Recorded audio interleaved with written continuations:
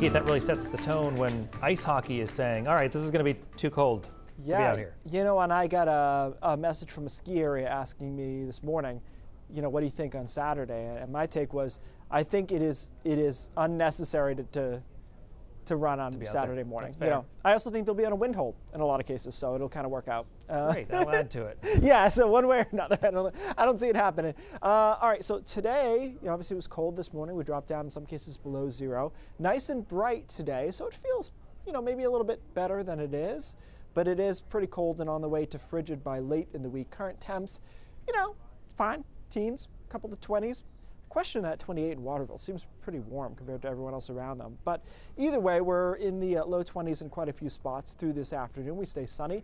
Tonight is very similar temperature profile wise, where the coast gets down into the single digits. We see some spots below zero, and the real cold stuff is into Aroostook County or certainly north of Millinocket. Tomorrow we actually rebound a tiny bit with temps, as we've got a little wave coming through the atmosphere, and that gets us into the upper 20s to around freezing. So tomorrow will be more of an average day during the day, but here comes our Arctic front tomorrow night, and when that comes through, could see some pretty good squalls. These are kind of convective, much like thunderstorms in the summer. It comes through, this is 10 o'clock in Rangeley, in the early morning hours on Friday along the coastline, and after that, we're in the freezer through the day on Friday. In fact, our high temperature on Friday is likely to be midnight or just a little after midnight, and then temperatures fall throughout the day.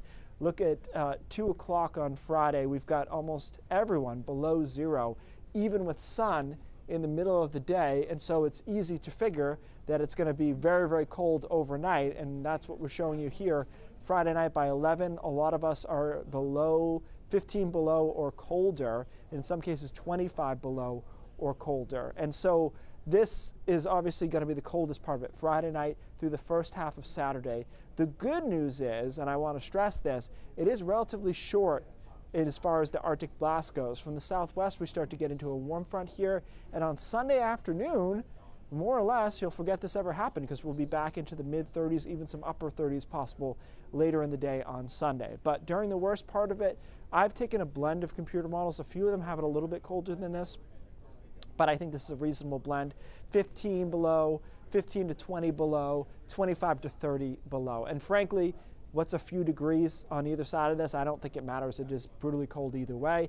And as you've heard about the wind chills on Saturday morning, just prohibitively cold, 55 to 60 below zero. And even throughout the day, you'll notice we stay kind of in that 15 to 20 to 30 below range, even through the middle of the day. I mean, you can get out in 14 below, and it's doable, but that 50 below obviously is not. So it is brief, and we go back up Sunday, Monday, Tuesday, we could be into the mid-40s by the middle of the week.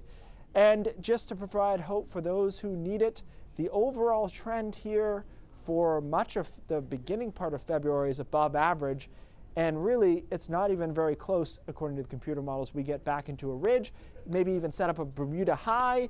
Brian, and anything with the word Bermuda right now sounds great. So yes. We will get out of this, but it will be very cold there for those 36 hours or so. And I was going to say, most people dread Sundays, but considering what the temperature rebounds to, Sunday looks pretty good this week. Yeah, it's not going to be bad comparatively. All right, Keith, thanks so much.